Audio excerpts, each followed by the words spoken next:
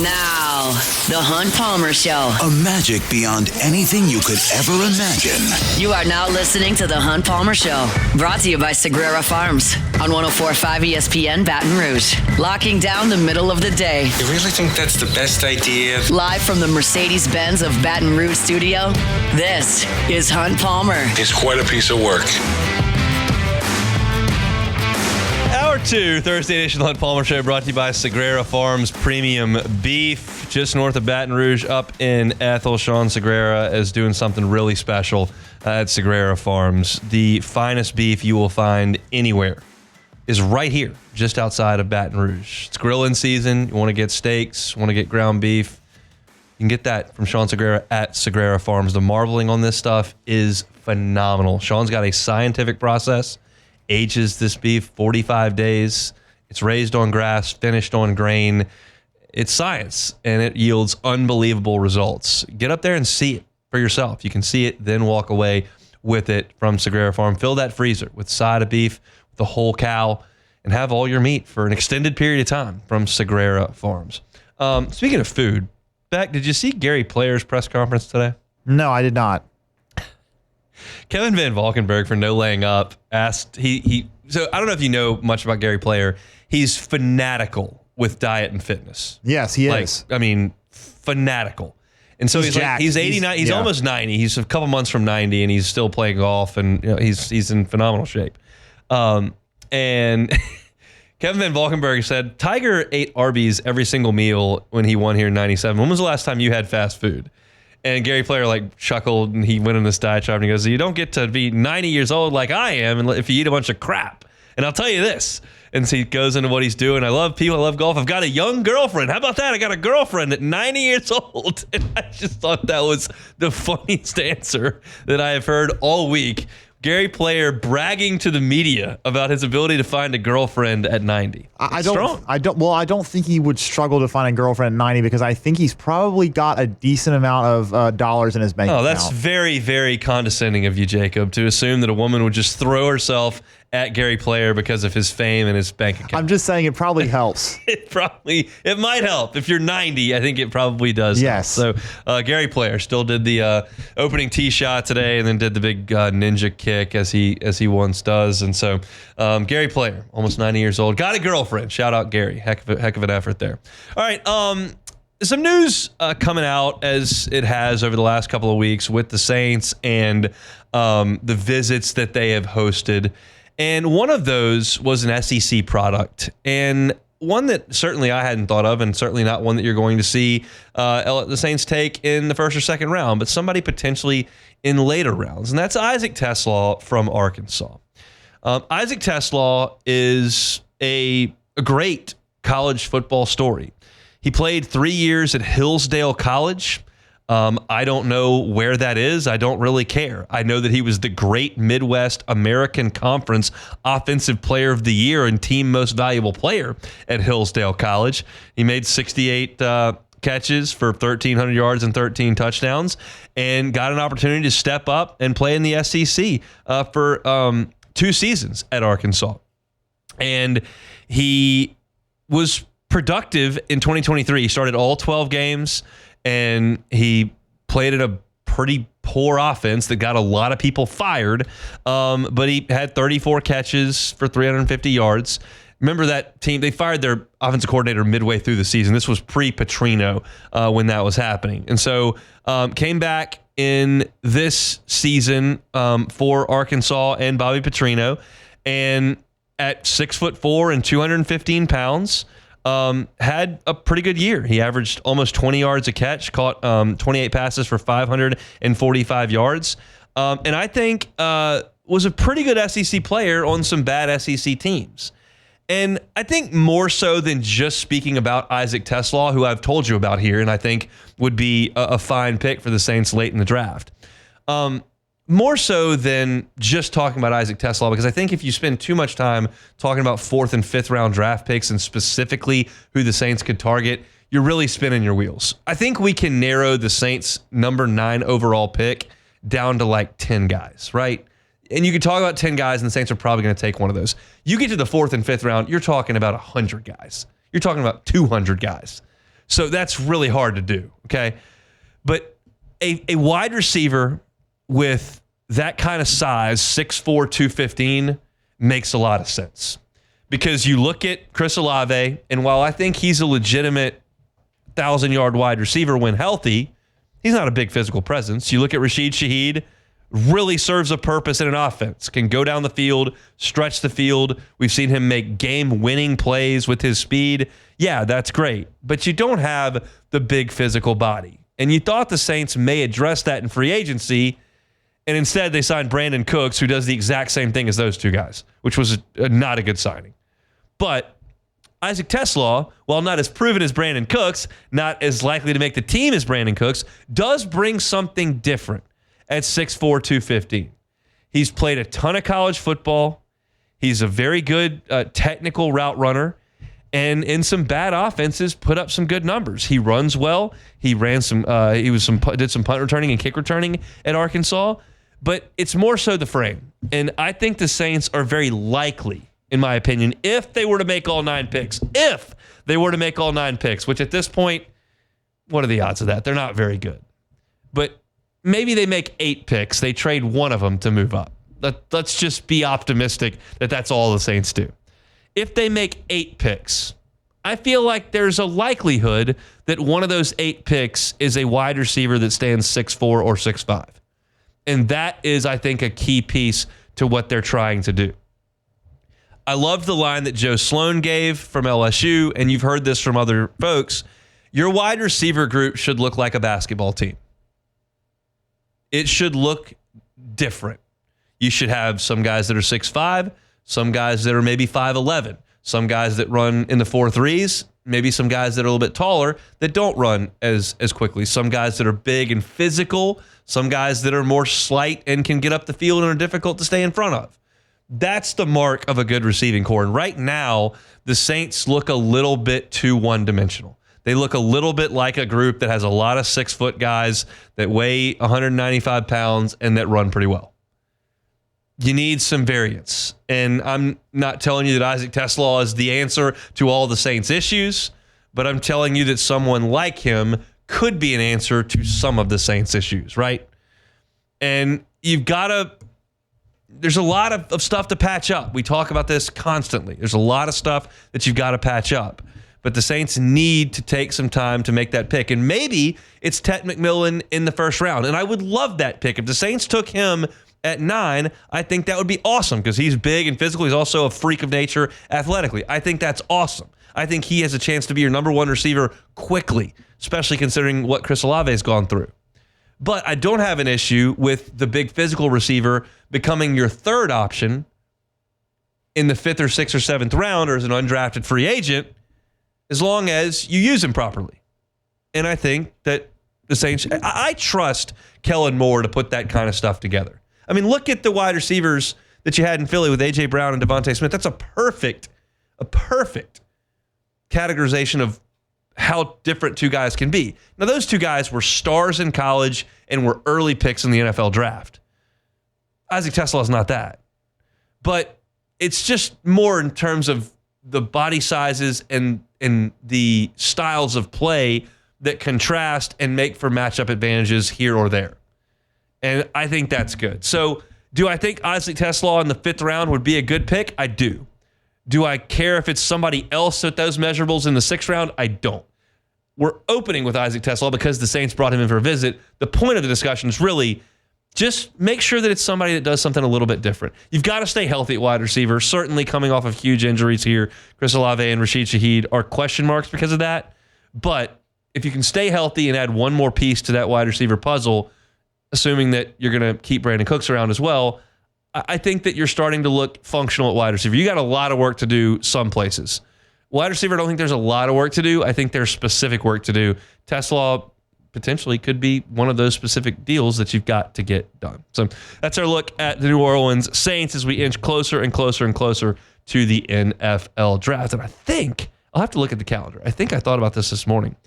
I think I'm out of town for the NFL draft. I think that's our beach week. Is that in 2 weeks? Yeah, it is. So Not this week, but next week. I will not be around for the NFL draft. So that gives me next week to kind of finalize my thoughts on who the Saints should pick. And then I'll be beachward for the NFL draft in 2 weeks on Thursday. Actually, 2 weeks from today, I guess we should say. So interesting. But if you want our Saints content, LouisianaSports.net has a ton of it. Ross is doing an incredible job previewing the draft with a lot of in-depth analysis. If this is your thing, and for some people it really is, Ross is doing a fantastic job. If you like my thoughts on the Saints, Hunt on Saints is where you can find that on YouTube or wherever you find your sound. Let's take a time out. Come back to Chris Blair, voice of the Tigers, next.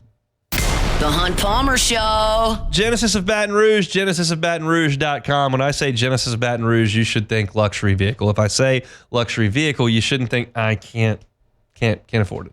You might be surprised. Get on by Genesis. It's a luxury vehicle at a reasonable price. Their brand ambassadors will walk you through every single step of the process. That's part of the experience of being a Genesis driver. You don't have to feel like you're being pressured. You don't have to feel like you're being upsold. Don't have to feel like you're being taken advantage of. That's not going to be the case ever at Genesis. You're going to walk into a phenomenal first-class dealership with an incredible staff, and you're going to get behind the wheel of an incredible vehicle. And that's really the point. So if you're in the market for a car and you have not thought of Genesis, just make one more stop. It's Airline at Pico across from Women's Hospital. You can see the inventory. Every single car that's on the lot is online at genesisofbatonrouge.com. It's Genesis of Baton Rouge online at genesisofbatonrouge.com. This is the Hunt Palmer Show, brought to you by Sagrera Farms.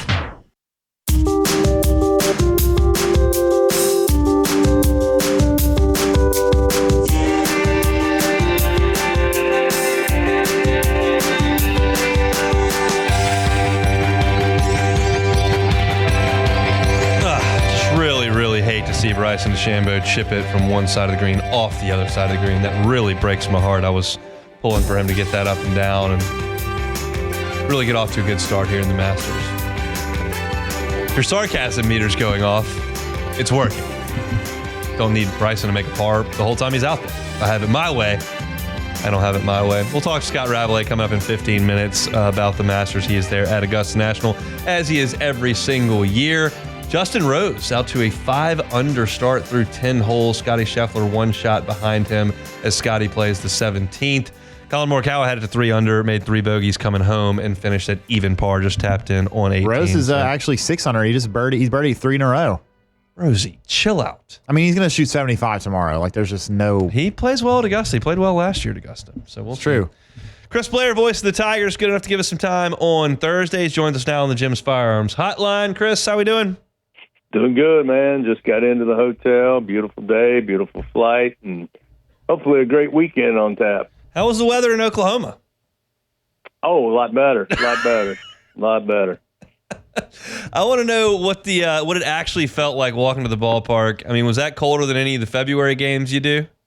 Oh, yeah. Yeah. I mean, I talked to Jay on Monday, and Coach laughed because he said, I asked him, I said, do you ever play any non-conference games, maybe up, North California earlier in the season when you were in Arizona? He said, well, I think a couple of times we played in San Diego. I'm like, yeah, that doesn't count. But he said the trip to Ruston his first year in early part of the season, and Saturday's Game 3 in Norman. They're tied for worst baseball conditions. Yeah, Jordan Thompson did not have any fun in Ruston that day. He couldn't throw the ball to first base. It was frigid and raining in Ruston that day. So the Tigers pitched it great and get out of there without allowing an earned run in Norman. What did you make of the pitching performance by LSU against what was a top 10 team?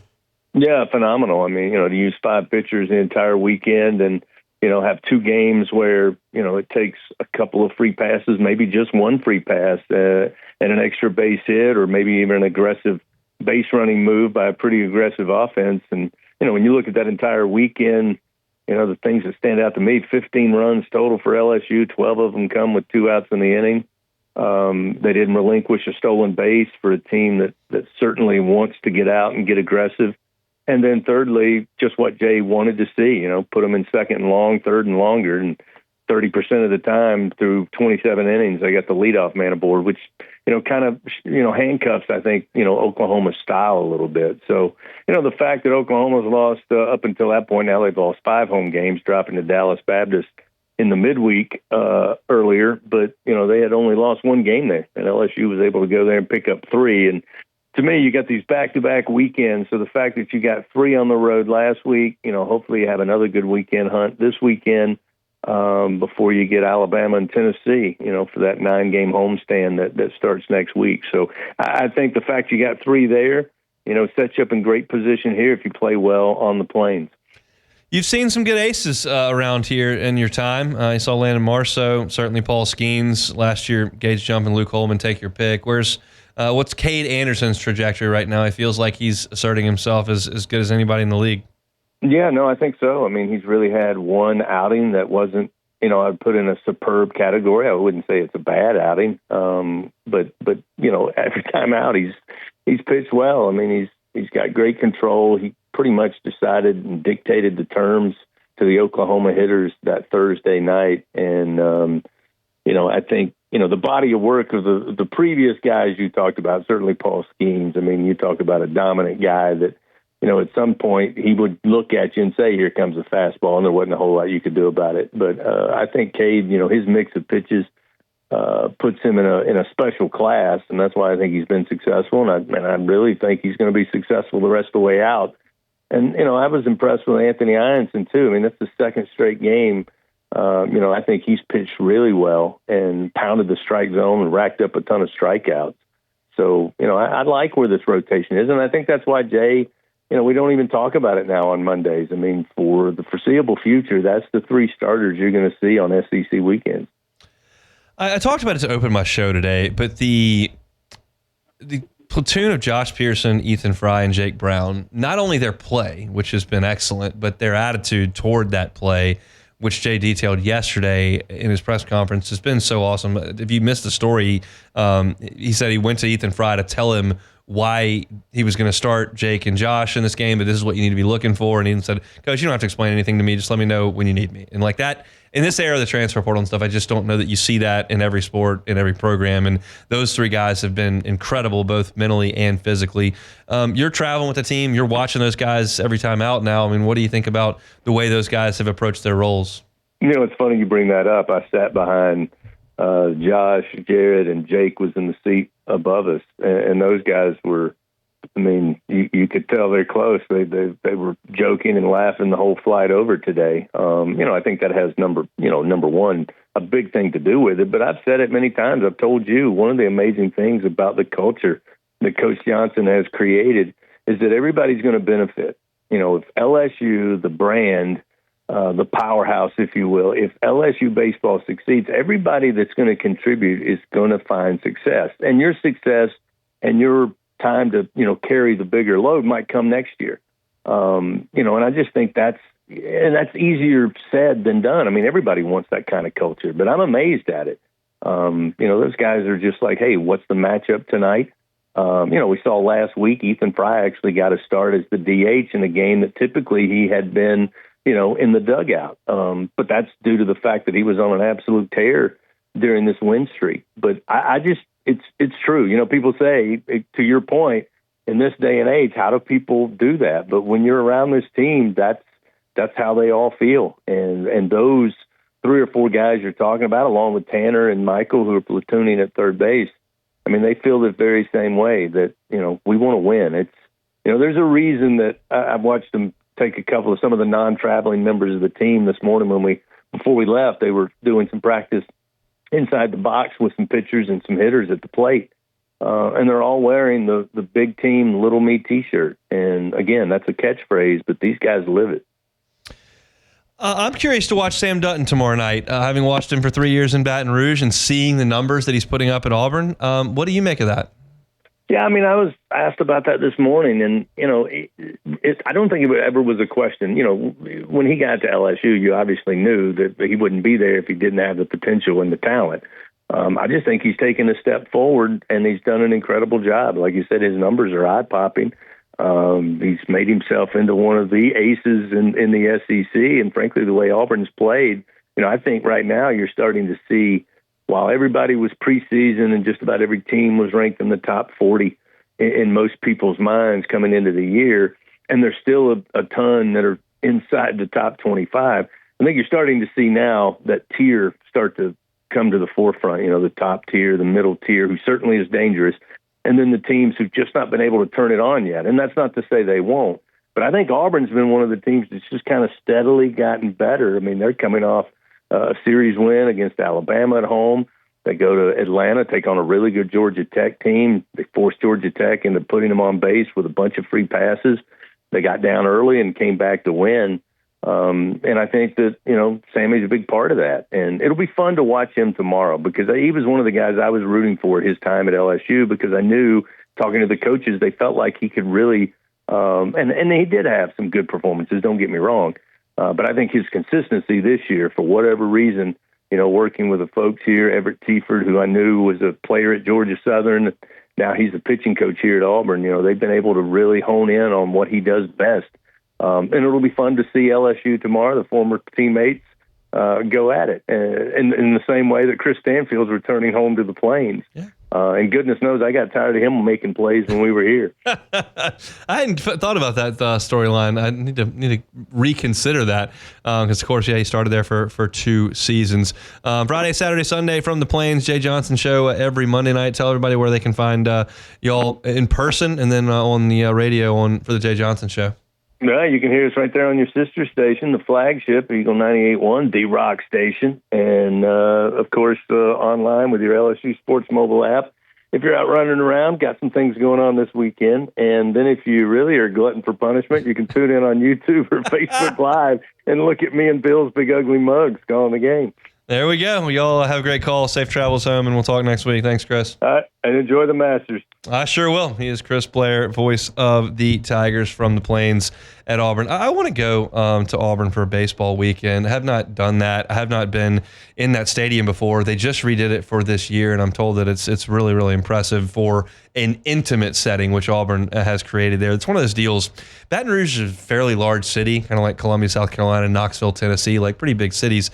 Auburn's tiny. Oxford's tiny. Athens, Georgia is tiny. Now, they're all close to a hub. You've got Oxford, which is fairly close to, Oxford's close to Memphis, and you can get there from Jackson in a reasonable time. You can get from Atlanta to Athens a little over an hour, and certainly Montgomery to Auburn is not that long a hike. But it's a pretty small deal. So you play like Tuesday night games, you're not going to get big crowds there. And even like a Sunday baseball game, you may not get big crowds. So no use in building a 10,000 seat stadium if you're only going to put 2,800 in it most of the time. But I think that they've done a good job from what I've heard over at Auburn. I'd like to go check that out, and we'll see what kind of environment it is on the Plains this weekend as LSU and Auburn do battle starting tomorrow night. So we'll preview that one tomorrow. I'll try to get Jason Caldwell from Inside the Auburn Tigers to join us. He's done some of their games on the television stream, and would love to get his insight on this Auburn team under Butch Thompson, which has some veterans, but has some really good young players that they're relying on pretty heavily as well. So should be a good weekend there at Plainsman Park. Come back and go to Augusta, Georgia. Check in with Scott Rabalais from the Masters next. The Hunt Palmer Show. One Bath and Closets. OneBathAndClosets.com is the website. David Duvall and his team, 30 years redesigning and remodeling bathrooms and closets. Look, you don't have to do a full-scale bathroom renovation. That can be pretty intimidating. It can be costly at times. It can be time ineffective. Maybe you just want to do something simple. That's very much within the scope of what David Duvall and his team do. They can do the full-scale renovation. If that's what you want to do, they'd love to help you with that. But maybe it's something just as simple as a tub-to-shower conversion. You've got a bathtub that you don't use. It's dingy. It's old. It may not work. Get rid of it. Put in a glass walk-in shower. Changes the look of your bathroom. Changes the functionality of your bathroom. Adds some value to your home. You spend a lot of time in the bathroom. Go ahead and make it gorgeous. Make it customized to your needs, to your wants. They can do that. Go to OneBathAndClosets.com. Check out the pictures of their great work. Go ahead and check out the testimonials from their satisfied customers and get that free consultation. It doesn't cost you anything to have a conversation with David and his team. It's One Bath and Closets. You can find them online at OneBathAndClosets.com. You're listening to The Hunt Palmer Show, brought to you by Sagrera Farms.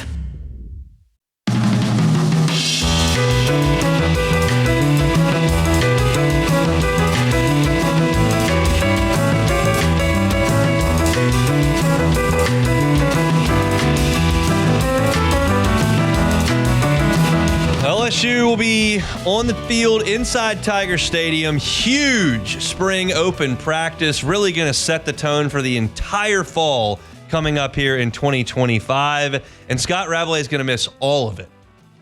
I can't believe it, but it is true. Because he's at Augusta. So he joins us now. Scott, do you feel bad about missing the open practice at Tiger Stadium? I feel bad. I feel so bad.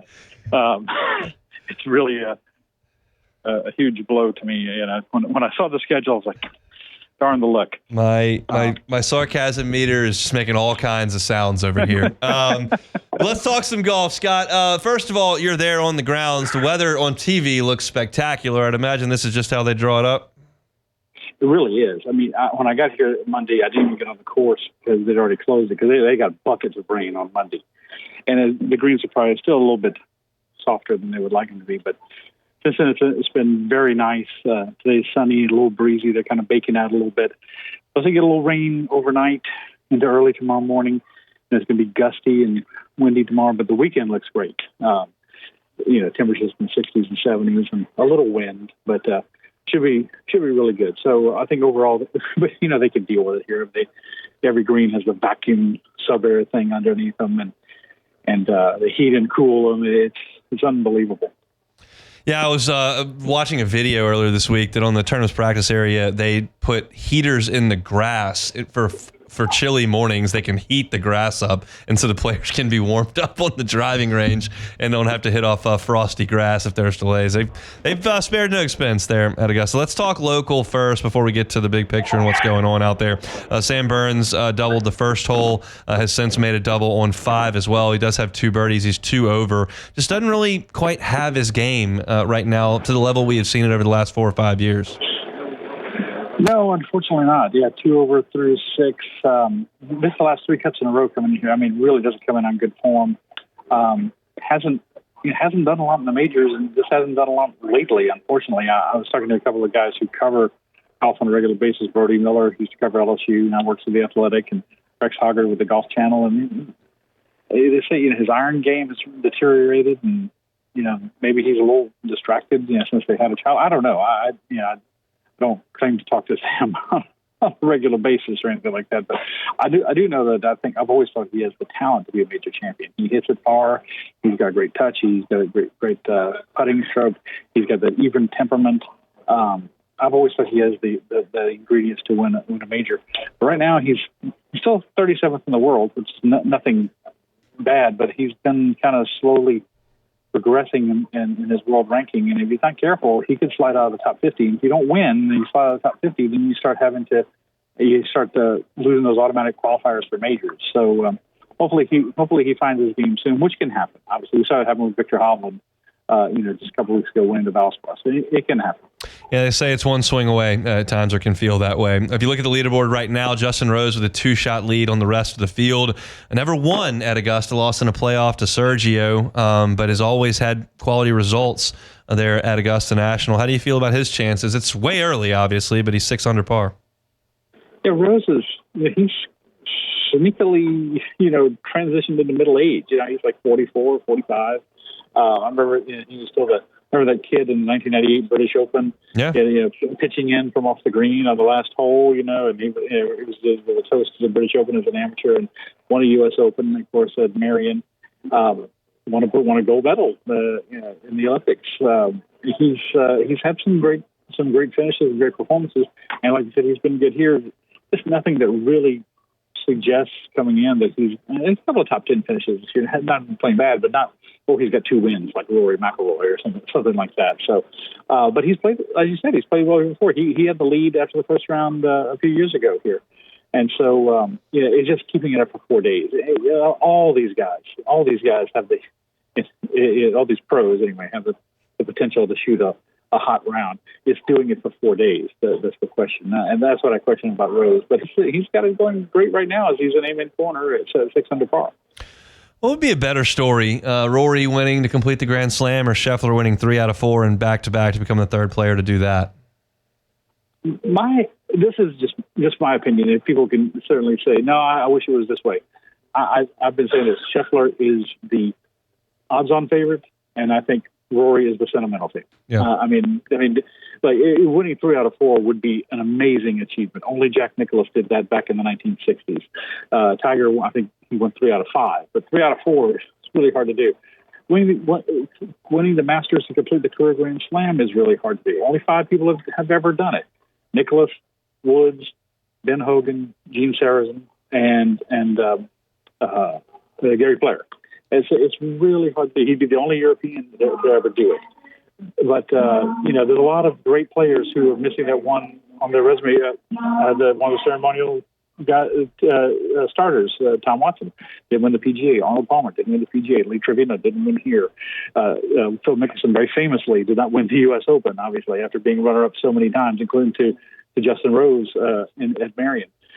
It's just really hard to do to win them all, and so I think it just the weight of expectations is tremendous on Rory. I attended his press conference on Tuesday, and he was trying to say those are only narratives, they're only words, basically. But he said the right things. But I don't know if he believes it. I don't know if anyone would not believe it. That there are a lot of expectations on it. Only one player. This is the 17th Masters. If he were to win, only one player has played more Masters before his first victory, and that was Sergio Garcia. He played 19. So this is unusual for someone at his age, with his number of times to play here, to try to win for the first time. There's a lot of that going against him, and just simply the fact that it's hard. But he has the ability. Clearly, if you can win the other majors, you can win this one, and he's on great form. And he's off to a great start. Just birdied the 8th hole, par 5 there to go to 2 under as he plays the 9th. Scotty Scheffler just tapped in for a par on 18. He cards a 4 under 68. Just sailing along. Yeah, it's just what he does. He didn't bogey free. Didn't drop a shot today. It's amazing to watch the consistency with which he plays. So that's 19 of 21 rounds here that he shot par better. That's talking about horses for courses. He's pretty good on all the courses. Horses for courses. Let's just throw this out there. Fred Couples shot on 1 under par today. What do you have to say about that? Fred Couples. You know what I say? I hate Fred Couples. He's still got a syrupy swing at. He's 65 or he's 65 or 66. He's aging in that like Cary Grant. He's still got all his hair. And he's just he's wonderful. He's won one time. He could have won more, obviously. But hey, anyone would take one green jacket, obviously. I think it's wonderful. I hope he keeps it going. Bernard Langer got in contention a few years ago. It was late 50s, I think, and he's playing in his last Masters this year. Obviously, it's really hard to keep up. And the course is 75-55 now. It's really, really, really long. And Freddie was known as a long hitter in his day. But obviously, you're not as long when you're in your mid-60s. But wonderful story. I hope he might be a fan of writing about today, because all the guys with Louisiana ties, like Robert McIntyre played at McNeese, and Colin Morikawa, who's a Zurich ambassador, and Sam Burns are not lighting it up at this point. No, they're not. I think one guy, and this is not a local guy by any stretch of the imagination, but one guy that I've got an eye on just early on, he shot a bogey-free round of 2 under today, is Jason Day, who's always played very well at Augusta and never broken through. Do you feel like, even at this point in his career, that he's a guy that could be around late on Sunday? Boy, when he won his major, won the PGA, it just seemed like he was winning. There were multiple majors in his future, right? I mean, he was at the top of the world. He was world number one. And he's just Jason. Yeah, he's a tremendous talent. It just seems like he's got a glass body. I mean, there's always been something that would go wrong with him. He's, not just the typical back or knee, but like vertigo on the golf course or something like that. Yeah. Just these weird things that would assail him out of nowhere. But I'd have to see it to believe it. It is a very nice start. Right now, he's in 1, 2, 3, 4, tied for 5th. At the moment, that'll probably hold up. Certainly, being at 70, should probably hold up to stay in the top 10 today, I would think. So it'd be a great story. He's kind of like trying to create a second act, and everyone loves somebody who's trying to make a second act, right? I mean, I think Jordan Spieth is starting to creep towards that kind of territory as well. Someone who was such a prodigy at a young age and has dealt with injury and adversity and is trying to get back into contention. But I mean, it's I guess I'm not totally surprised, but it's a long way to go. You personally, what's kind of your plan of attack? You're out there the next couple of days. I know that the media can't go inside the ropes, so you just kind of walk it with everybody else. But how much time in the media center watching? How much time out on the course? Any storylines that you're trying to monitor here? Yeah, I certainly try to get out on the course every day. That's why I was out there just before I came back in to talk to y'all. Obviously, people probably know you can't have your cell phones on the golf course or anything like that. So I'm, you want to get out there and get a feel for the conditions and hear the roars and then maybe you'll come across someone who's playing, come across somebody famous, like I saw Grant Hill on the first hole today. He was just walking around with some people. You never know. So, but yeah, you kind of have to do a mix of it, because if you're out there, then you're missing something. Unless it just happens to be right in front of you.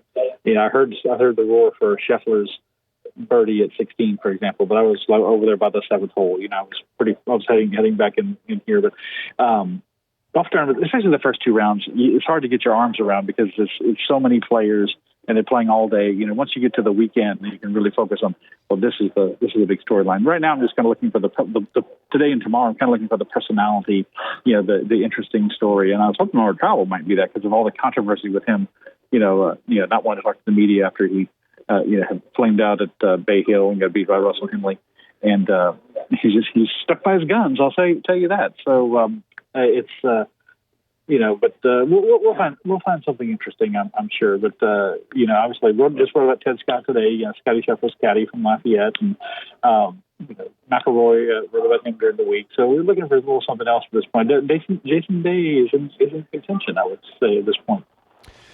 Just go down to the 10th fairway and tell Buzzy that I don't like him. Do that, because I'm very jealous that he gets to, 1, hang out there all week, and 2, play the golf course here in a couple months. So go tell him that. Buzzy Heidel, the former LSU player, works on number 10, and Michael Hollander, the former LSU player, works on number 1. A lot of people from here volunteer, and they don't get quote unquote paid, but their payment is to play the course every day. All right, so I think everyone would take that as payments for sure. I'll pay Augusta. I know they're strapped for cash. I'll pay them to take Buzzy's spot. How about that? So you heard that they built an underground parking garage for the players. I did. And they're about to build like this players facility behind the practice tee that is going to be for them and their families and their entourage. Everybody's got an entourage now.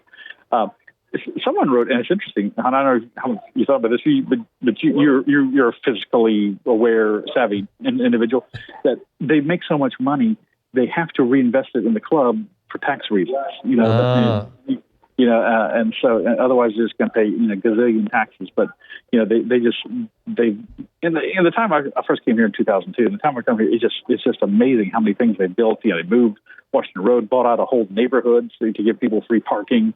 It's just incredible. And I think one of the things. I joke. One of these, we're going to come in. They're going to say, "Yeah, we just had to put a retractable roof over the whole place. We were just tired of weather delays, and we were able to do it between tournaments. So we went ahead and pulled the trigger on it." It's an amazing place. Enjoy your week there, and we'll catch up with you, Scott. Thanks. Always a pleasure, Hud. Thank you. Scott Rabalais with The Advocate there from Augusta National. I want to tell you our Thursday show is brought to you by Sagrera Farms Premium Beef, ribeyes, fillets, flank steaks, ground beef, all of it. Whole sides and whole cows. Sagrera Farms has got you covered in the top 1% anywhere right here in Baton Rouge. Sagrera Farms. Just check out the marbling, check out the tenderness, the flavor. This is a process that Sean Sagrera and his team handle up there at Sagrera Farms, and it produces incredible prime Angus every single time.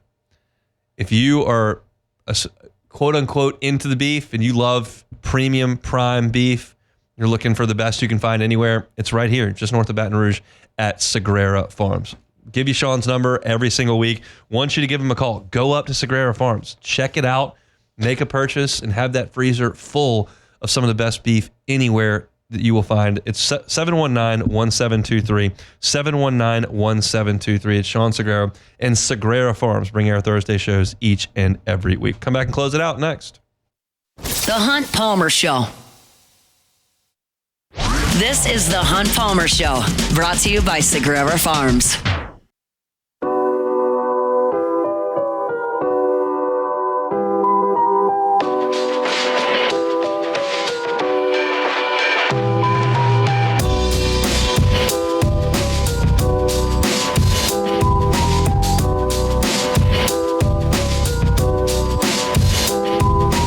104.5 ESPN Baton Rouge and the Baton Rouge Clinic bring you the 2025 Dreams Come True Radiothon. Dreams Come True is an organization designed to help grant dreams for children with life-threatening illnesses and their families. The following local businesses have also pledged to match your donations throughout the month: Lewis Mechanical, Patient Plus, and Action Industries, as well as Subaru of Baton Rouge, Service Chevrolet, Luba, and Duplessis Pool Builders. Visit 1045ESPN.com to help us reach our goal, and together we can make dreams come true. Here's a beautiful thing about golf, Beck. Yeah. Nick Dunlap's like 21, I think. Just let's turned see. pro. Let's see. I can tell you he is 21. 21 years old. Fred Couples 65 years old. So they are separated by 44 years.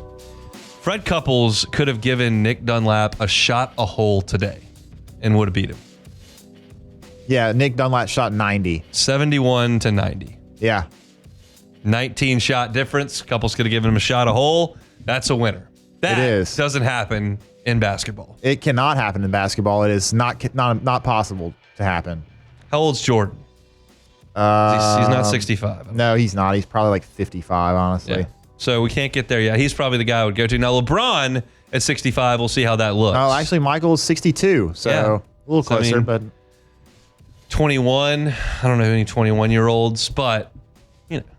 But we're talking about comparing an NBA player that's 21, not just some random guy. But still, the point remains. That's amazing stuff. It is. We got any take it or leave it, or should we talk about the Masters for 3 minutes? Yeah, I don't really have one. I mean, Is that because you're watching the Masters back there, Beck? No, not really. I mean, I kind of have been a little bit. I've been trying to keep up with my. I've been watching while I've been doing shit. I got a couple of groups that I'm trying to follow here. I'm in a couple of different pools. I'm in a group with you and some of my friends. Are you winning? Are you going to be rich? Are you going to quit your job after this weekend because of your Masters pool's winning? No, I don't think so, because right now, one of the groups I'm in, it's an interesting way they do it is they give you a salary cap, and obviously like Scotty Scheffler's like 11. It's the cap this year was 33,000. Sure. Scotty was like 12,000. So it's basically like a third of your salary, and you have to pick 4 players. So you can either try to just pick.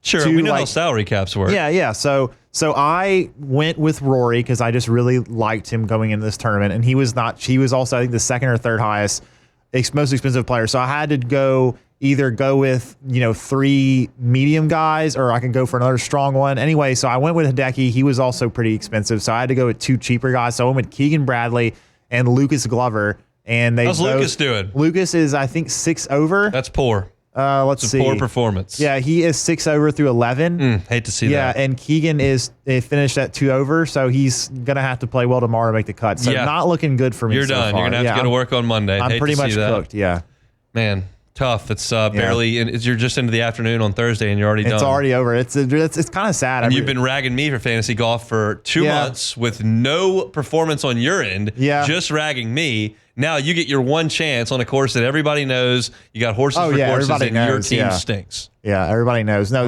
look, it's not that easy, Hunt. Maybe don't cast stones from glass houses is really the moral of that story, I think. Yeah, okay. I hope Bryson hits this ball in the woods is kind of what I'm hoping for there. It's very possible because I mentioned this with Rab in the last segment. I'm just sneakily looking out for Jason Day. Like, probably the story after today is that Scotty Scheffler's going to run off and hide because he's just that good and he's that consistent. And he knows the golf course, and it's just every golf course is tailored to him. Pipe that one down the fairway, Hunt. It's in the green. By the way, Chris Kirk made a 9 on 13. I opened with that today. Yeah. He was on my fantasy golf team. We had a solid morning going as a team, and he made a 9 on one of the easiest holes on the golf course. Yeah, you were ragging me for saying that my day is already over. Your day was over after 1 hole. No, he played 13 holes. Well, okay, 13 holes, but it was one hole that sunk it. Yes. I like to see Rahm 2 over. That's excellent. Yeah, that's good. I hope he hits it in the creek. I'm not very nice to the live guys there. No, you're not. Not going to continue. Not going to change that anytime soon. Jason Day's going to probably finish in the top 10. He's not going to win, but he'll finish top 5, probably top 10. 10 seconds to go. We'll be back tomorrow, same time, same place. Matt's going to drive you home on AFR if you missed any of today's show. Catch it on demand wherever you find your sound. Have a happy and safe Thursday. We will see you tomorrow. The Hunt Palmer. The Hunt Palmer Show.